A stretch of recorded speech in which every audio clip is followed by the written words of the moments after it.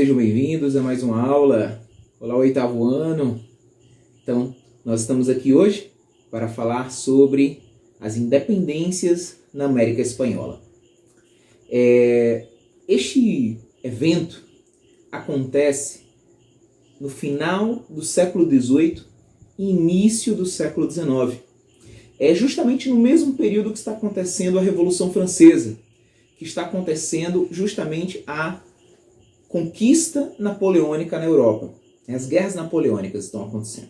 Justamente nessa mesma época, está acontecendo aqui na América um movimento emancipacionista. Quer dizer, movimentos que buscam a libertação dos territórios latinos. Então nós vamos estar vendo, nesse capítulo, de maneira mais clara, sobre a crise do sistema colonial, que justamente é um fator bastante decisivo para que aconteça essa independência aqui na América. Então essa crise do sistema colonial que havia na época, o sistema colonial, ele acontecia da seguinte maneira: ele era mantido através de uma coisa chamada Pacto Colonial. O Pacto Colonial era a garantia entre a metrópole e a colônia de um comércio entre elas, aonde a metrópole possuía todos os direitos e a colônia, então, era subordinada à administração, era subordinada na economia, na política. Ora, esse pacto colonial garantia à metrópole grandes lucros, garantia à metrópole uma subsistência sadia. Enquanto isso, na colônia, ela era simplesmente colocada muitas vezes sob um jugo político administrativo, onde essa colônia ela não tinha liberdade comercial.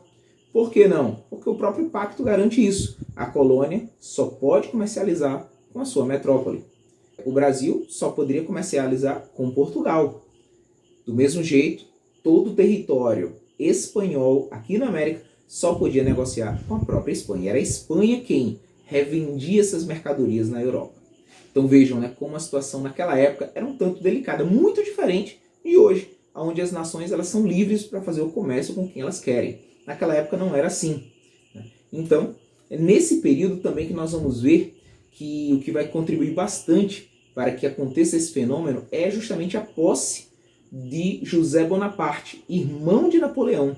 Ele vai assumir o trono da Espanha, durante uma guerra, uma invasão na Espanha. O rei Fernando VII será destronado, isso no ano de 1807, e assim o irmão de Napoleão vai assumir o trono, e isso também vai ser um grande ponto que vai influenciar diretamente as lutas emancipacionistas aqui na América. Então vamos lá. O mapa da América atual é bastante diferente daquilo que era naquela época. Os países que nós conhecemos hoje, um Paraguai, um Chile, um Peru, uma Argentina, eles não eram livres, todos eles eram territórios da Espanha. Aqui a América do Sul inteira e a América Central, todos eles pertenciam à Espanha. Inclusive, o primeiro território da América do Norte, México, também pertencia à Espanha. Veja que é um território gigantesco. Quantos países não existem hoje, Então, naquela época, para que a Espanha pudesse administrar a quantidade desse território, ela então organizou sua administração da seguinte maneira: ela subdividiu o território em vice-reinos e capitanias gerais. Os vice-reinos, eles eram justamente os territórios que mais rendiam, eram os territórios considerados mais importantes. As capitanias gerais também, claro, geravam uma boa renda, tinham uma boa administração, porém eram capitanias que trabalhavam normalmente muito mais com a agricultura. Essas capitanias, elas eram administradas por pessoas vindas, por funcionários da coroa, elas vinham da Europa para cá. Do mesmo jeito, os vice-reinos governados pelos vice-reis.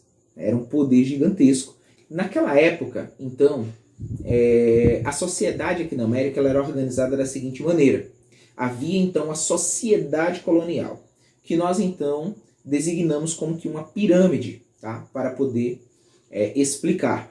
Chamamos de pirâmide social. Então, a pirâmide social da colônia espanhola aqui na América era da seguinte maneira.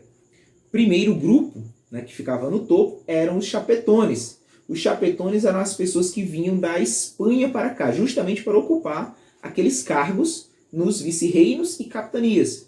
Então eles ocupavam os cargos de vice-reis, capitães, governadores, né, grandes juízes. Então, os mais altos cargos só eram ocupados pelos chapetones, ou seja, espanhóis que vinham para cá.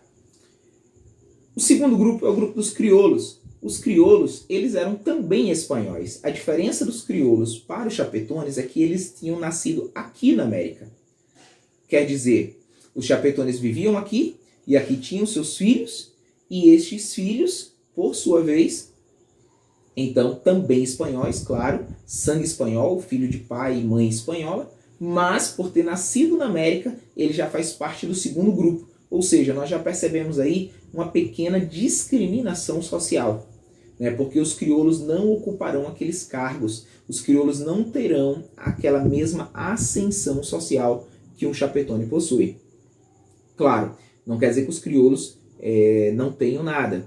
Os crioulos ocupavam sim, eles eram grandes latifundiários, muitas vezes ocupavam cargo de juízes, eles ocupavam as câmaras municipais que foram sendo criadas pouco a pouco naquele período, né? Então, eles são sim pessoas riquíssimas, pessoas influentes na sociedade, mas apenas com poder local. Tá? Nós temos o terceiro grupo, que é o grupo dos mestiços. Os mestiços, ou mestiços, né, como nós chamamos, eram justamente aquelas pessoas que eram filhos de casamentos mistos. Quer dizer, eles eram filhos de espanhóis, mas nativos americanos. Tá? Nós temos também o quarto grupo, que é o grupo dos índios. Claro, os indígenas, os nativos, que já viviam aqui na América. Tá? E nós temos o quinto e último grupo, que é o grupo dos escravos. Os escravos, eles eram os negros que vinham da África, né? Que eram trazidos da África para justamente trabalhar como mão de obra escrava nas lavouras, nas minas de prata, de ouro, enfim. Então a sociedade basicamente era organizada desta maneira. Tá? E a partir daí, então, nós podemos compreender, a partir dessa sociedade, dessa administração, os fatores que vão gerar essa crise do sistema colonial.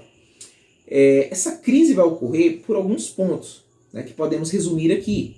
Por exemplo, a grande carga de impostos. Os impostos eram muito altos naquele período e foi aumentando muito mais. Por quê? A Espanha ela está num período de declínio, ela está num período de decadência econômica. A Espanha já não é mais a maior potência da Europa. Ela tinha perdido isso para a Inglaterra. Então a Espanha está passando por um problema econômico muito grande.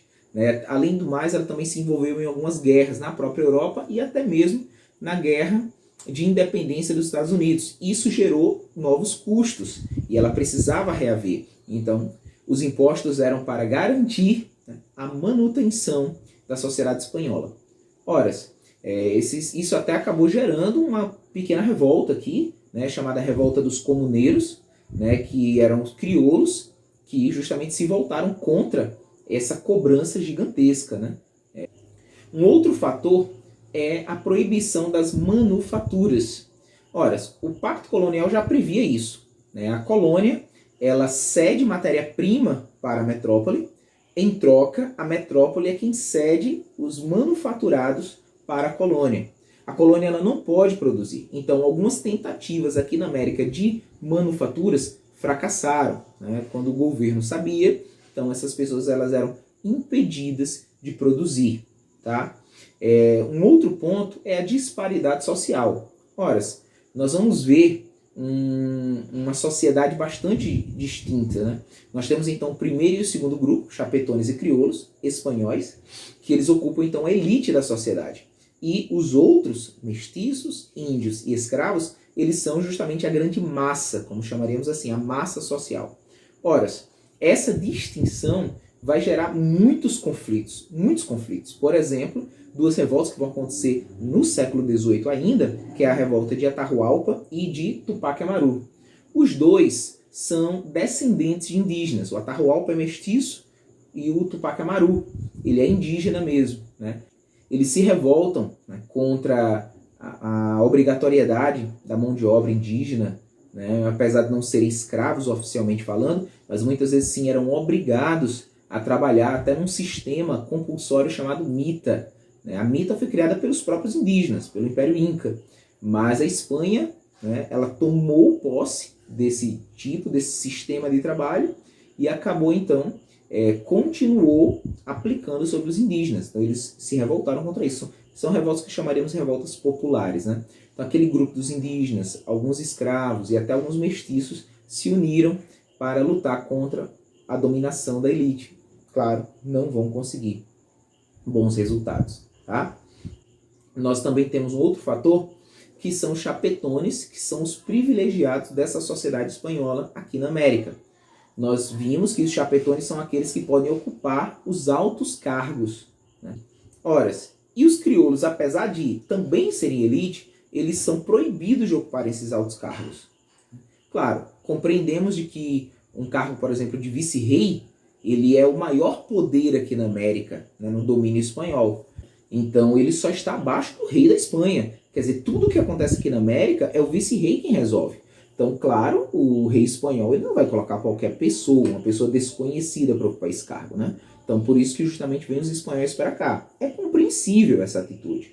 Porém, os privilégios chapetones geram uma rixa com os próprios crioulos.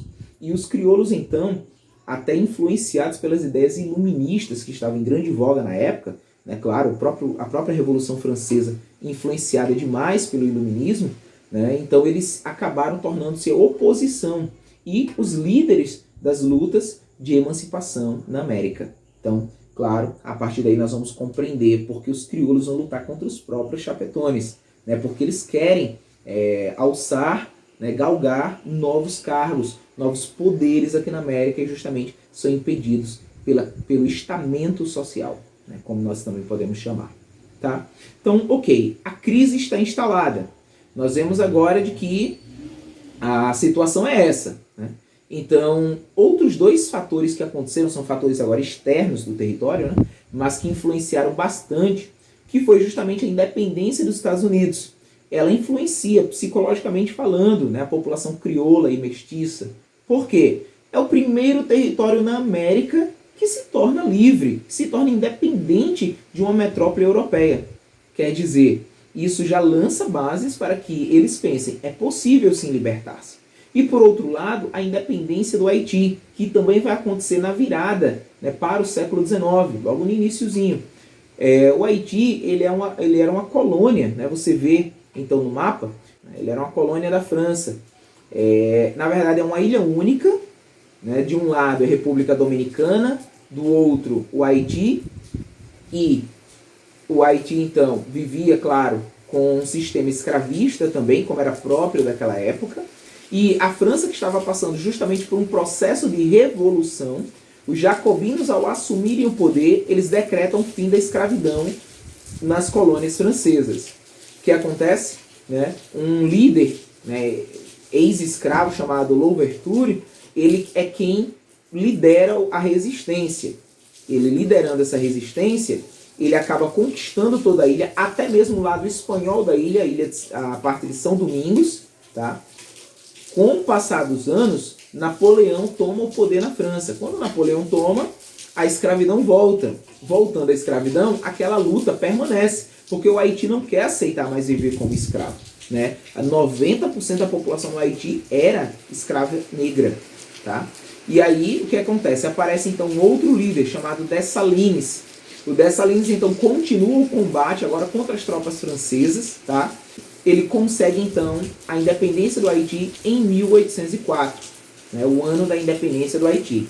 O Haiti consegue sim sua independência, sua emancipação da França, porém, infelizmente, à custa da destruição do seu território. Né? Portanto, que um dos grandes reflexos é a pobreza extrema do Haiti até os nossos dias. Tá? Uma outra característica que aconteceu naquela época foi justamente o quê? Quando o José Bonaparte, irmão de Napoleão, passa a governar a Espanha, os líderes crioulos aqui, o que é que eles fazem? Eles se juntam e formam o que nós chamamos de juntas governativas. Essas juntas governativas passam a ser agora o poder local, administrar o local. E eles passam agora a ser resistência contra as ordens que vêm da Espanha, até porque eles não aceitam um rei francês dominando a Espanha. Por outro lado, é nessa época que também surgem duas figuras importantes, que é a figura de San Martín e de Simón Bolívar, né, chamados de Libertadores da América. Vocês meninos, com certeza já estão se ligando aí na expressão, né? A Copa Libertadores da América de futebol justamente é em referência a esses dois líderes desse movimento emancipacionista do século XIX. E aí eles começam, então, montam um exército, começam a libertar alguns locais, a própria Venezuela, Colômbia, Equador, Chile, Argentina, Paraguai. Esses locais vão se levantando contra a dominação espanhola. Quando, em 1814, final de 1814, entrando em 1815, Napoleão ele é preso mais uma vez, pela segunda vez, dessa vez em definitivo, o rei da Espanha, Fernando VII, que tinha perdido a coroa 7 anos antes, ele volta a governar. Ele tenta reaver o poder sobre as suas colônias aqui na América. Manda até algumas tropas para cá. Não vai conseguir, porque aqui a situação já está praticamente decidida, resolvida. Então, cada vez mais as regiões vão declarando independência, né? O Bolívar e o San Martín vão fazer parte de uma pesquisa que vocês vão fazer, por isso que eu não vou explorar tanto a vida e as conquistas deles, tá? Vocês vão fazer essa pesquisa. E aí vamos caminhando para o fim. Quando praticamente a grande maioria dos países, né, já tinham se declarado independentes aqui na América, aconteceu no ano de 1826 o Congresso do Panamá. O que foi o Congresso do Panamá, gente? Então, o Bolívar, ele tinha um pensamento. Qual era o pensamento do Bolívar? Ele queria realizar uma coisa que nós chamamos de panamericanismo. O que é o panamericanismo? É um sistema unitarista. Ele queria reunir todos os territórios independentes em uma única república. Seria uma confederação, tá? Seria uma república em forma de confederação.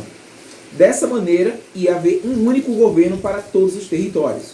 O San Martín já tinha uma ideia um pouco diferente. O San Martín ele pensava que a monarquia serviria melhor para esses territórios independentes.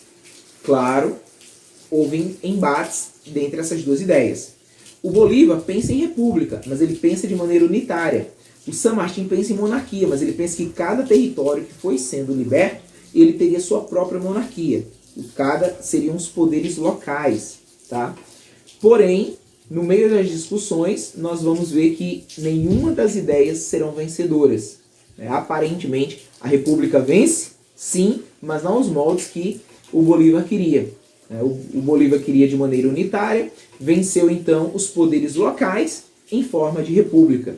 Até porque aquele panamericanismo não foi querido por Estados Unidos, que participa do Congresso do Panamá, não foi querido, na verdade, pela grande maioria aqui dos países da América do Sul. A Argentina foi contra, Chile foi contra, Paraguai foi contra, tá? E o próprio Brasil, apesar de não ser domínio espanhol, foi convidado a participar do Congresso. Dom Pedro I não foi, ele mandou, né, um representante.